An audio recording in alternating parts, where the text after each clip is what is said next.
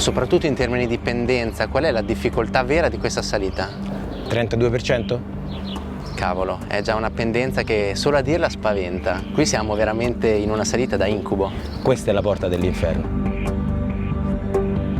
La porta dell'inferno torna ad aprirsi sul Friuli Venezia Giulia. Dopo aver affrontato il Kaiser, lo Zoncolan, se pensavate di essere usciti dall'incubo, vi sbagliavate. Di incubo contro la legge di gravità ne sta per cominciare un altro.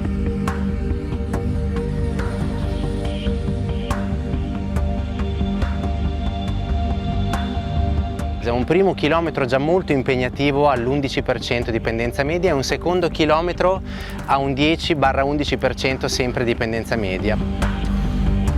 Patrick ed Emiliano, guida cicloturistica del Friuli, hanno attraversato il torrente Degano e ora sono sul versante opposto allo Zoncolan. Da Ovaro punteranno al passo della Forcella. Li aspetta la Stentaria.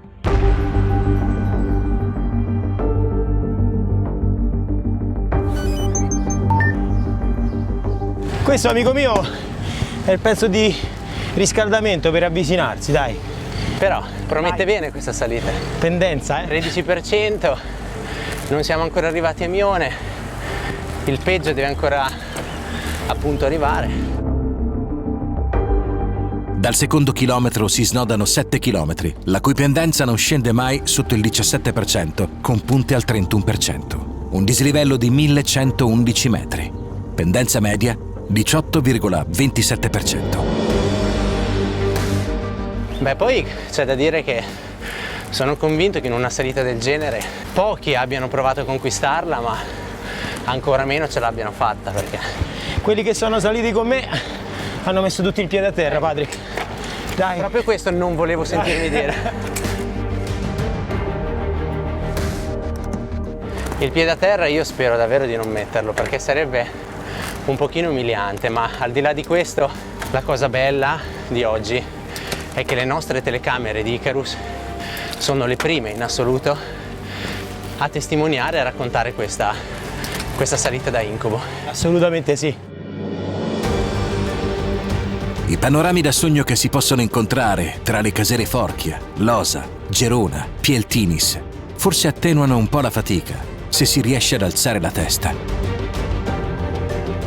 Siamo quasi ai livelli mountain bike, quindi soprattutto quando arriveremo fra poco negli Stavoli toccheremo punte del 25, 27, 28%, quindi fino al 31%. Da sconsigliare vivamente, e ve lo dico per mia attuale esperienza, il 39, perché col 39 davanti si fa una gran fatica. Se continuiamo le metafore delle rampe, questa potrebbe essere la rampa del garage di un condominio degli anni 60. Patrick, dimmi. Hai mai vista una pendenza così alta per tanto tempo? No, io ti dico la verità. Pendenze fino al 30-31% le ho fatte, ma non per così tanto tempo. Erano delle strappate di qualche centinaia di metri. Non per così tanti chilometri.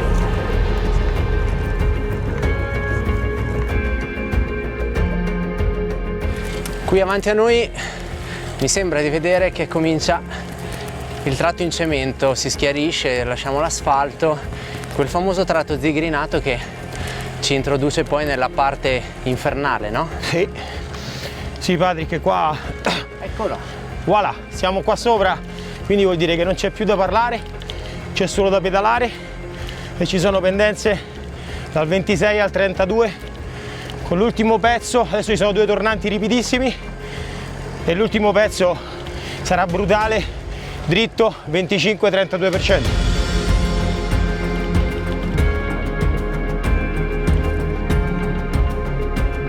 Sicuramente in cima l'incubo finisce. Ti guardi intorno e sei in vetta al condominio della Stentaria. E sei ancora vivo.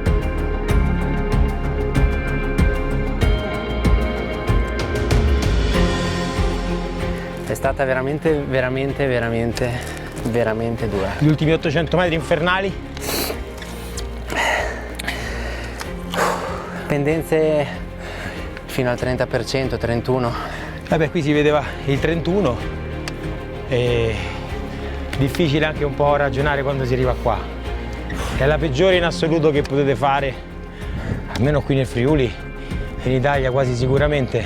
L'abbiamo descritta come la salita più dura del mondo e fino a prova contraria accettiamo qualsiasi tipo di smentita, ma fino a prova contraria personalmente penso di aver fatto qualche salita nella mia vita, è indubbiamente la più difficile e la più dura.